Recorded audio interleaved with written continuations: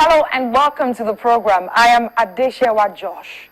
On the program today, we will take you to Ibadan, the Oyo State capital, where Dr. Soji Akikungbe, a medical doctor turned entrepreneur, runs a furniture manufacturing company called Colors in Africa, supported by the Bank of Industry. With an array of quintessential products designed in his factory, Colors in Africa is now the go-to source for locally made durable furnitures, even as it creates jobs for young graduates. I also spoke with the Special Assistant to the Oyo State Governor on Investment and Public-Private Partnership, Mrs. Folake Akinleye, who says the state is willing to encourage small businesses that will make the most of the readily available raw materials in the state with the support of the Bank of Industry. I'm Soji Akikungbe, Managing Director, Colors in Africa, a leading indigenous furniture manufacturing company. You're welcome to our showroom. Please come round and let's show you around.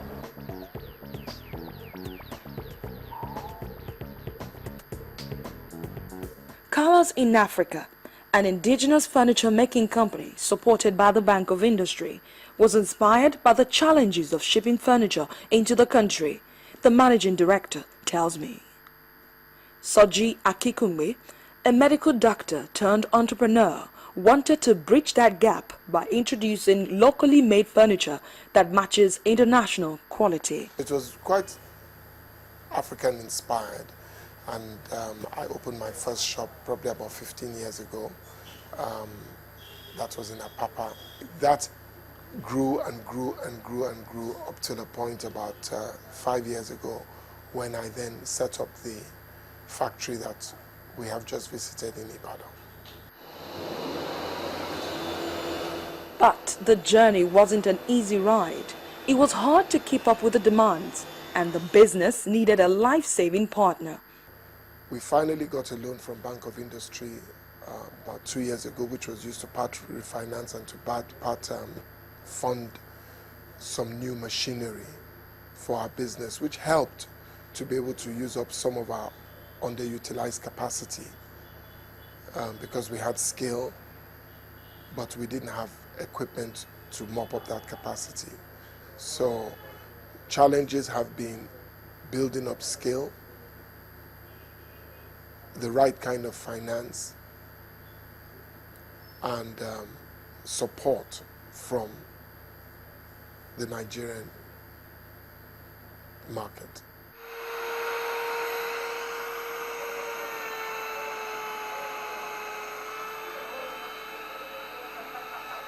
When we got the funding, which was, I must say, a great help when it was received, because it was able to give us some sigh of relief and buy us some time. Manufacturing is a long-term process.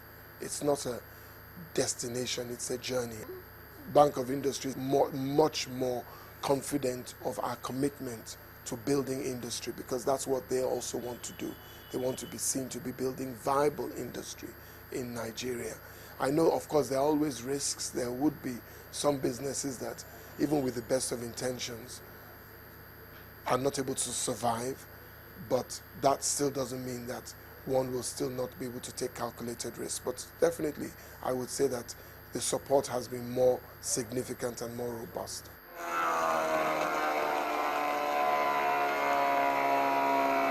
The factory is large with 2 floors and 5 departments, full of heavy machines and highly skilled workers, meticulously cutting through the woods and assembling them to the details. Most of our materials are sourced locally. I mean, we use a lot of wood, solid wood, and we use a lot of what I would call man-made wood, man-simulated wood, which is, most of it is imported from Asia, China, but is available locally.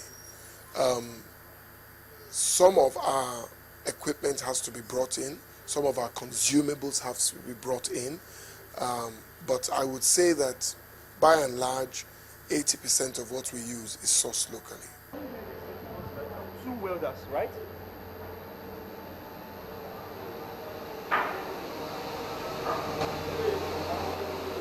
Process starts from here. The wood is put into, it comes in planks and it's put into a thicknesser, which is then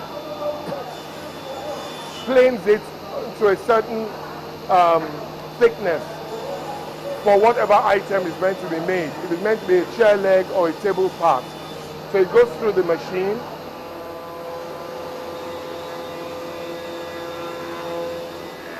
From this thickness has come to the surface now, whereby it's now made very, very, very, very fine.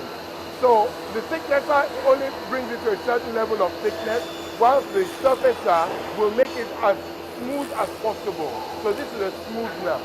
At the surface planer, we then bring it to the crosscut to cut it into the sizes that we want. So if it's a chair part or a table leg, so it's a blade that cuts it into sizes. Now we have a whole array of table saws. These are precision table cutters that will cut the boards, which are these, or the wooden planks, into the sizes. So these are for all your cabinets or your cupboards that are cut into pieces and then are put together as a latter stage.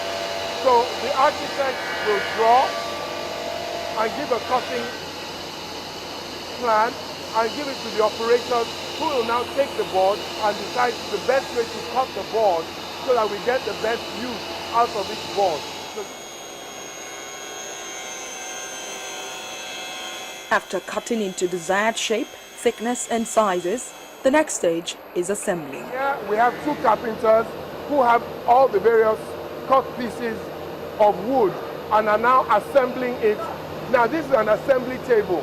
The pieces of wood have been cut by the operator and then are now brought together here for them to assemble them into the various pieces.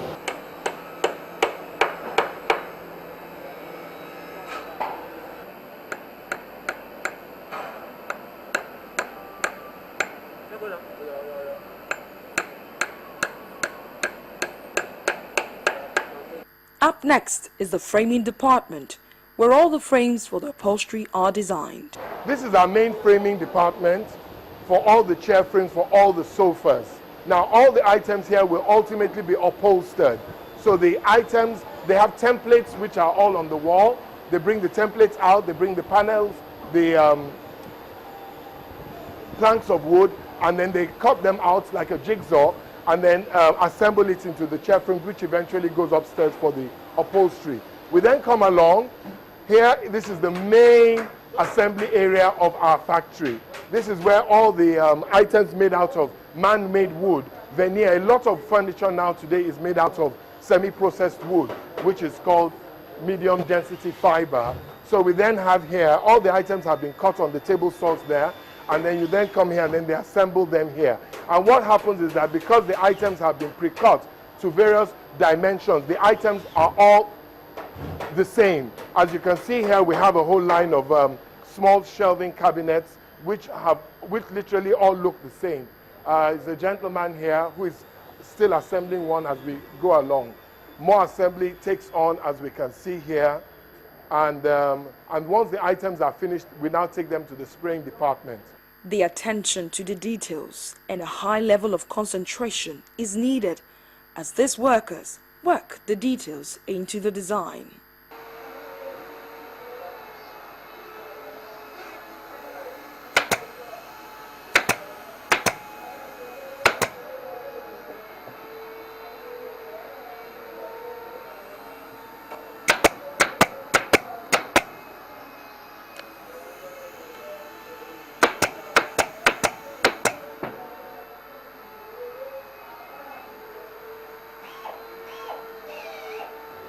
The items come in fully built from the assembly section.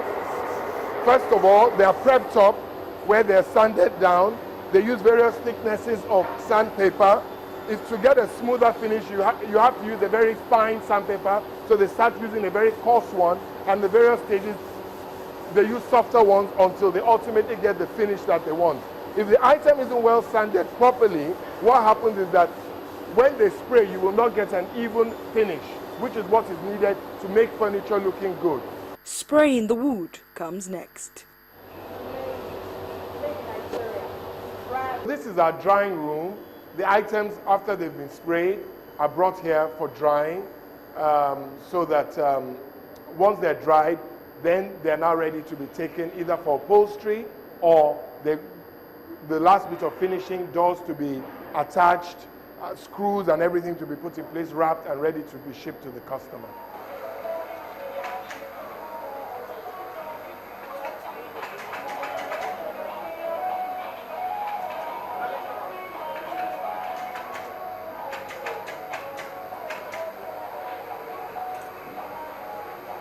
In the upholstery room, the seamstresses and upholsterers are on hand to finish the process. We'll make 15 dining chairs covers with this fabric.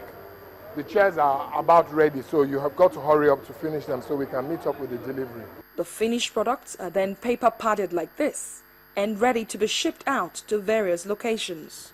All you see here now are proudly made in Nigeria furnitures, supported by the Bank of Industry. The business has also created jobs, hiring over 100 young men, including the disabled. When we were starting the second factory and we were looking for people who were a bit more stable, I had then an HR consultant, Sable, an African American married to a Nigerian, who'd worked with people who are speech deficient. And she said, look, there's nothing wrong with them, they work hard, and that's how we started hiring them. And quite honestly, they've turned out to be very, very committed staff. It's lovely to see at Christmas, when we have our Christmas parties, they bring their wives, and the wives bring their husbands and their children. And it's such a moment of joy to be a part of people who otherwise would have been on the fringe of society. The furniture outlook in this country is very robust, because until a time whereby the average graduate who has a steady job can be able to walk into some form of a furniture shop, that's when we know that at least we've served the market. If I look at the construction industry and look at the furniture industry is so small to the size of the construction industry. And the furniture industry should be 4 times the size, because once you build your house, you don't need to build it again. But when you furnish your house, every now and again, either you want to change something or something. So furniture is ongoing. Construction is finite. So that just shows me that the opportunities are very robust in the years to come. We've had tremendous support from the Bank of Industry to take us to where we are.